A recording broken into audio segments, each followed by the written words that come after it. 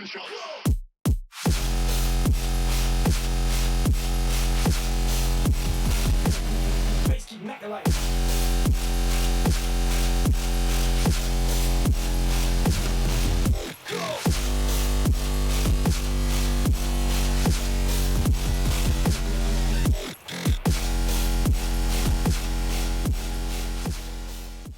is going on, guys? I am your host of Squad Talk Season 4, Episode 10. It is your boy, Danny Pats. To your right, my left, we got my favorite golf professional, Mr. Floggy Flog. What's good? And then our very special guest for the evening, Raven. Hello, it is I. How are you doing today? I'm doing pretty good. How about you? Pretty good. It was a long drive over here. Fucking Yeah. missed the exit. Thought I was going to be late. I feel you. I had to get off work early today. I had to essentially fight for that, but we got off, so Now we here. that we are. So what have you been up to as of recently, man? Recently, I played my last show maybe a month ago, but I've been trying to take a break to get back into writing more and hopefully finishing either 1 or 2 EPs. I don't know. There's an idea in the works, and if it works out, then it'll be 2. But really just kind of focusing more on music right now. But that and No Man's Sky, that the new update came out. Okay. Been kind of grinding that a little bit. There you go. For me, it's been Diablo. Diablo's a good one. I recently got back into it. I used to play it back on the Xbox, but then I got a new PC, and I was like, hey, let me just get it, because it always looked better on PC. So then I started playing it, and Yo, yeah, I just kind of Necromancer. OP. fucking no left that game now.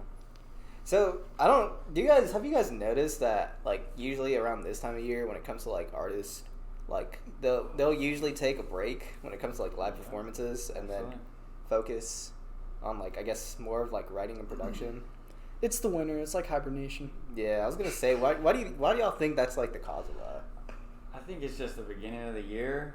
You get hyped for the new year. You play a lot of shows leading up to summer, and then summer you play lots of shows in summer, and then by the time you get to the end of summer, you're like, Worn all right, out. I need something. I Yeah. need some kind of break here, because that's where I'm at currently too.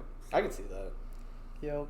That and having some new fresh stuff for the next year whenever it rolls around. Yeah. So since we're talking about music, do you think it's important for artists to kind of let's say take an X amount of weeks or months from a live performance before getting down into in a studio and writing music? Because I know a lot of people, they get their ideas and what they want to make from live performances, and they'll make their music specifically from live performances. Mm-hmm. But does that kind of almost in a way take too much away from originality, if that makes sense? Yeah. Yeah, I could see that. I think that I feel more if you're kind of doing both at the same time, it takes away from both because you're looking at it from more of a wide lens rather than being able to take the time and focus down and get all the details right rather than just the big picture as a whole. So I feel it would definitely be beneficial for artists to take months if they need to. I mean, it really all depends on the person, but months if they need to just hunker down and kind of get back to their roots, because a whole lot of artists kind of fall out of that because they are pushing themselves past their limit rather than handling one kind of at one time and delegating their energy rather than just using it all up. Yeah, I can see that. Yeah. Yeah, because I can see how it can get really easy to just almost play shows, and when you get that feeling of playing it live, you're like, oh yeah, maybe I can just do this, but then the producing kind of falls in the shadows.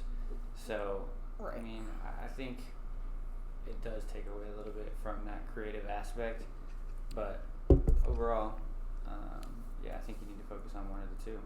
Yeah. Yeah. I don't know. I'd prefer originality instead of trying to write, the next whatever bass anthem is Right. Yeah, just more catering to other people rather than catering to what you want to make. Oh yeah, 100%. Yeah. Because that's where all the best stuff comes from. Whenever you're not even trying to fit in a genre, you're just writing music because you're Right. just, you just got this like idea, you have like the sound in your head, you just want to get it down into the DAW, yeah. and you're just like, let me just do this, but not for like the sake of like I guess others, but more for like a self kind of thing. Right. I don't know. I respect that and I appreciate that a lot more. Mhm. Instead of just like a super super distorted sub with like a small little fake out with probably like some hype vocal leading up in the build up. Yeah. No offense, because those still slap. They do slap. They do. For sure.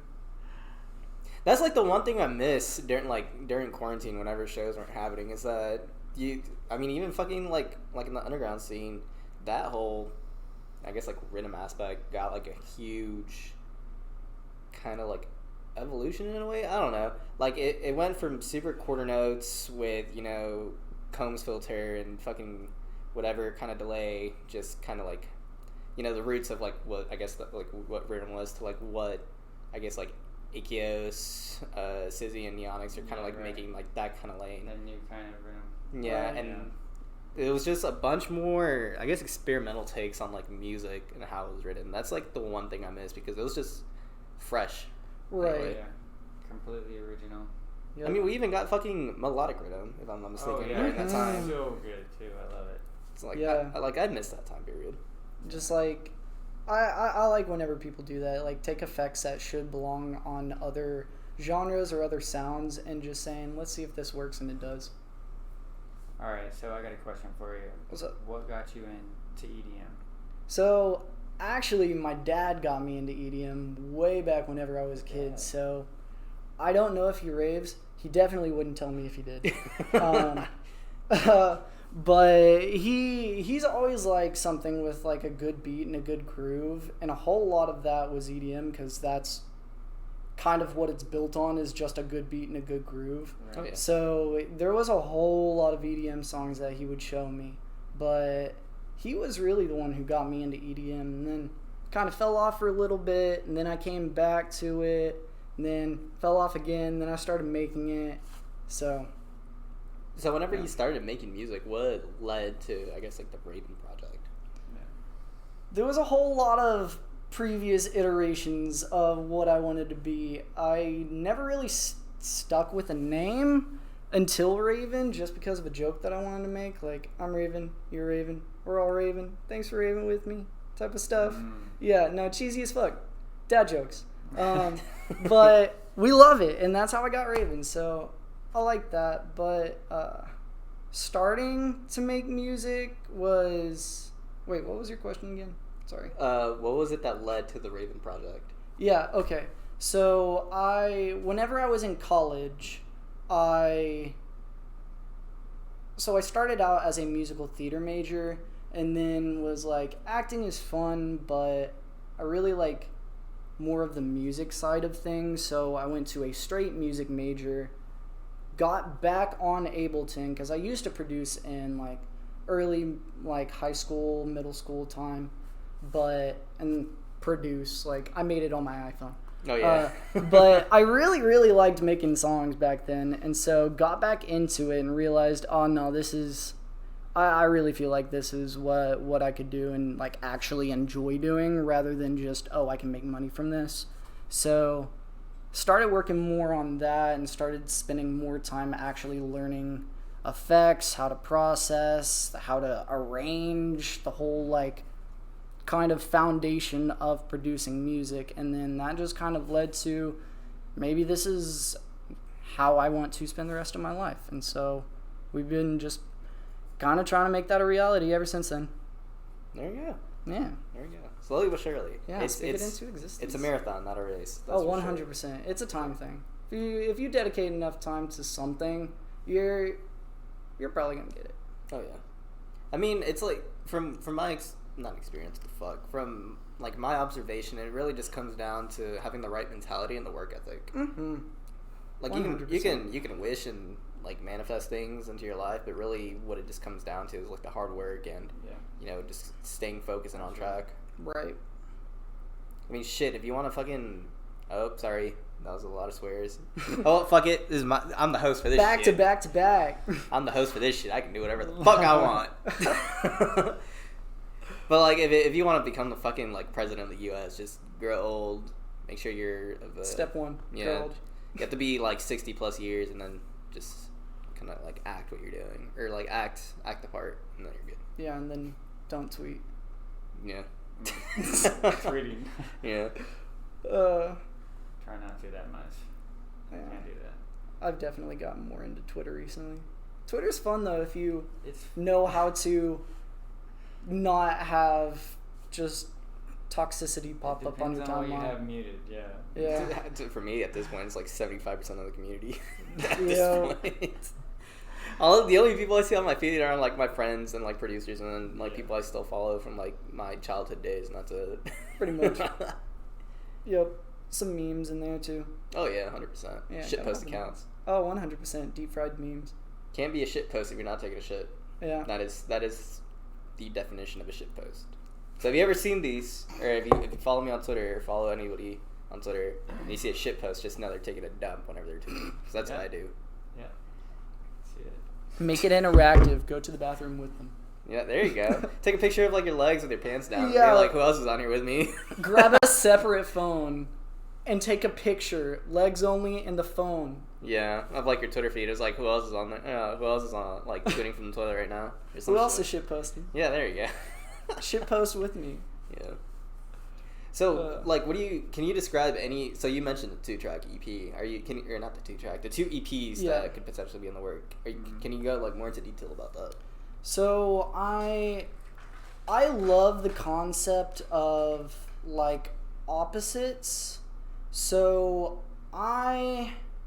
whenever I started writing music, it was more light, vibey, more like Millennium to maybe some more like vibey LS Dream, like trippy journey type songs. Like I'm trying to think of a song. Oh, I have that no. one on the stream song that I just know like off the top of my head, but I can't say the name. Right. It's And it doesn't help because you can't sing along to it because it's like maybe if you sing like a few chords of it, you like people are just gonna, psychedelic. there you go. Psychedelic. So like stuff like that. And then for the past like maybe year, I've been doing like heavier stuff like dubstep. I've been trying Tear Out. Haven't taken a shot at straight rhythm, but I might try it. Just do. Group squad. Yeah. Just do square waves with a little delay in cones. Yes. And then you're set. A couple OTTs on there too. Yeah. Can't forget the OTT. At It's least like salt and 3. pepper. Just add it like a At least little bit of 3. everything. At least 3. I say 7 minimum. 7 minimum. Make it an octuplet. There you go. But back to the EPs. Yeah, so I have a few in the vault, some of which were like whenever I was starting to write music, so the like mixing and mastering on it isn't the best, so I would have to go back and either just try and rework it off of that sound file or try and find the project file or just recreate the song. But my idea is to have a dark album and then a lighter album, and then maybe have like later on in the future have like a few iterations of each, and then maybe one day come out with like one in the middle that's just like weird. Weird I don't melodic know. dubstep. Yeah, But just some weird shit. experimental. Some freeform. Yeah, Yeah. freeform for sure. No genre. I Is like that what Connor does? Is that technically like freeform based? Yeah, I would say so. I don't know. He's I probably would gonna say get so. on my ass for this. I mean, I would say so. He's gonna get on our ass for this. Yeah, We he's got it definitely, right. he's definitely gonna get our ass. All right, is there any locals in the scene right now that you think are coming up and they're coming up quick? Honestly, I really feel like everyone that I know is definitely coming up. It's just a matter of who gets there first, There's a lot of which locals. whoever does, good for them. However, like to name a few who are just next tier godly, just otherworldly talented, my boy Paths, yeah, Dang. don't listen to him. Nah. But him, Cause the homie, fuck Cause though, my guy. Even fuck though he's you. an SA. He's kind of local. Texas is local. Yeah, that's it. Well, yeah. I mean, yeah. That's a big ass local. Hey, all the homies are homies. True. But he's had some, because I think he started his college project probably like a little over a year ago. And what he's done, because I think he started his first like actual like producing like under cause. Like, if I'm not mistaken, Tristan, you can get on my ass for this. You can switch the fuck cause to fuck pads. But I think it was over like a little over a year ago, and then having like a release on Subsidia, Rail Breakers, nice. And then I'm pretty sure Baked Up or like Hot Out the Oven records from Baked Up. It's good to see. Yeah, no, man definitely puts in work. Oh yeah, dude. Mm-hmm.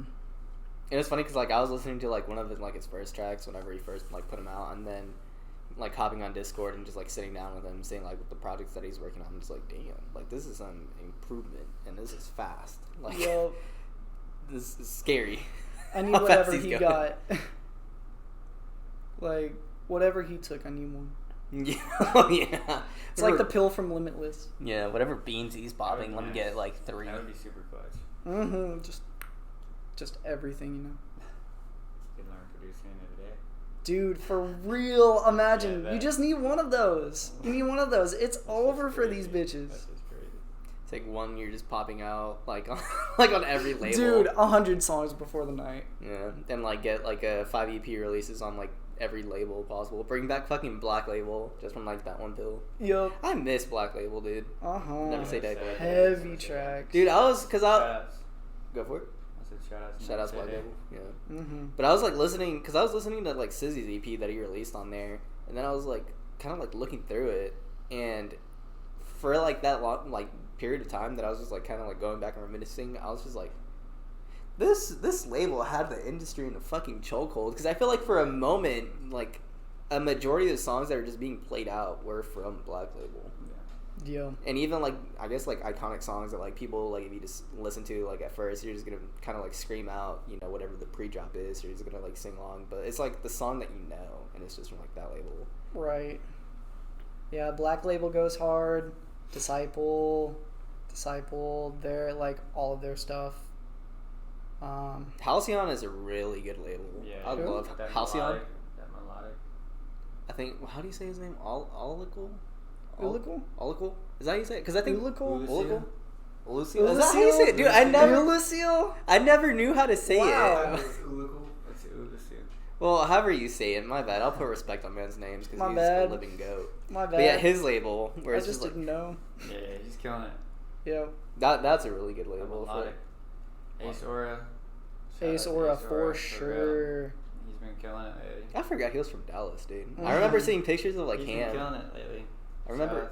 I'm pretty sure every show that I played at least one of his songs. Yeah, I know Gibby does. He's got that melodic. It sounds great. Mm-hmm. So, out of like the shows that you played as of recently, what do you think is like one of the more memorable moments that you've had? Memorable moments? Like one of the moments where you just like, either you're on stage and you're just like, oh, I went back to back with like you know, Dub Zero, Marks, or like any of their homies, or just playing for like a certain event. Honestly, I'd probably have to say the last show that I played at, I had all my friends come out. I didn't realize how many people were trying to come out to see me play at a show, but it was the first time where I had like a solid group of people who came to see just me and who showed up to support me. And they were front row the entire time. And they were getting it.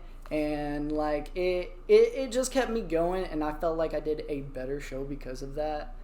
Because it honestly just felt like I was playing for the homies, and they were enjoying it. But that Zion was a whole lot of fun. Zion was a crazy night. The first time and the second time I played the first Zion. Shout out Zion. Mm-hmm. Fuck Zion. Not okay. But Zion was a great night. That was probably the most amount of fun that I've had at a show. Was first Zion. And everybody who played that night threw down. Absolutely crazy. Like, great show. Zion too. That one was funny just because like the stage was so sketchy. Like the stage setup. I saw that. Oh my dude, gosh, like I saw that. Like I usually whenever I play, like I'll like jump around, I'll do high knees and like kind of like move my body and shit just because like I'm feeling Yeah. like the music at the time. Dude, I couldn't do shit. Like the most I could do was my this, God. and I could feel the I entire. saw that. I could feel the entire platform under me shaking. I could see the CDJs just wobble, like the table just wobbling. Dude, that was crazy. You threw down though. I've never seen a setup like that before in my It was life. so sketch. I'm sorry, but it was because like I think like the back table, like the back legs on the table, they're like on a piece of like 2x4, so like any sudden movement would have just Yeah. caused everything to fall. Yeah. So whenever, because I think Chauncey brought up Jaquee to go back to back with him. Whenever I saw Jaquee just getting it, I'm like, the back of my head, I'm like, ooh, this is disgusting. But in the back of my head, it's like, this shit's about to fall over. Like shit. Yeah. That was sketchy but fun. Yeah, I've definitely played one show where like the person I was back to backing with, they accidentally knocked into the table and they were on top of cinder blocks. And so the whole table like falls forward. I see it. I grab at least no. I didn't grab the table. I grabbed the decks because that's the most important thing. Oh yeah. So grab that. I had like 3 people from the audience helping me to get the table back up. And yeah, no, not fun. I hate whenever stuff like that happens. Thankfully, I've never had that happen. Dude, I remember seeing this one clip on Twitter. I think it was somebody like in the UK or something. Oh, they were yeah, like jumping around or some shit, but I guess their body just forgot to know what they did to do. I mean, and like they just jumped, their legs went backwards, but their body stayed like centered, and they just knocked the table down. One of the legs fell off. He tried to like get the table with the equipment back Dude. up, Oh, and it no. just fell over It's again. down. Poor guy. Down. Dude, I'm like in the back of my head, I'm like, I would hate to be that guy right now because I feel like you can do multiple amount of things, but I feel like that's just like the top of like Yeah. like of Like the worst thing that could happen. yeah yeah. Honestly, like that would be absolutely terrible. So before we start wrapping this up, is there any like last shout outs, anything you want to like mention, talk about, any future releases before we start wrapping it up? Yes. So first off, have my merch store out online. It is now up and running. In order to find it, you can add me on Twitter or Instagram. It's Raven Dubs or Raven Official Music on Instagram. But in my bio, it'll take you right there. We got shirts, hats, beanies, hoodies, all the shebang. You can buy it. It's great. everything. It's super comfy. Got everything. It's super comfy. You had a one-up Rhythm Squad in terms of merch. I fuck with it. I fuck with the hustle. Sorry. I Sorry. like it. Sorry. I like it. Hey, we love Rhythm Squad. No, you don't. Fuck Rhythm Squad. What? I don't know what you're talking about. There you go. But I don't have any plans on whenever I'm going to release these EPs, but hopefully I'm going to do it either at the end of the year or at the start of next year. So that'll give me hopefully enough time to get all the songs I want on there and everything mastered and all nice and good artwork and all the stuff. Sweet. Mm-hmm. So make sure to keep your eyes peeled. Make sure to Yes. keep it locked on Mr. Raven Dubs. Follow his socials. Everything should be down in the description down Thank below. you for coming out, man. Appreciate it. Always Yeah, of appreciate course. the Thank good you for company having me. and the good chats. Before we wrap this up, Chris, anything? Shout out to golf. There we go. Thank you guys so much for tuning in and making it this far. If you did, this has been Squad Talk Season 4, Episode 10. This will probably be the last one for a while we take a break, kind of like catch up with real life shit that's going on in the Rim Squad kind of side of things. A lot of people are moving fast in terms of like life. So thank you guys for sticking around for 4 seasons, 10 episodes. Seriously, we appreciate it a lot. And make sure to have a nice day, and we will see you on the next time if that happens. Who knows? Maybe we might bring it back, maybe not. But if not, we will see you next time. Or goodbye. Peace. Peace. Later. Go!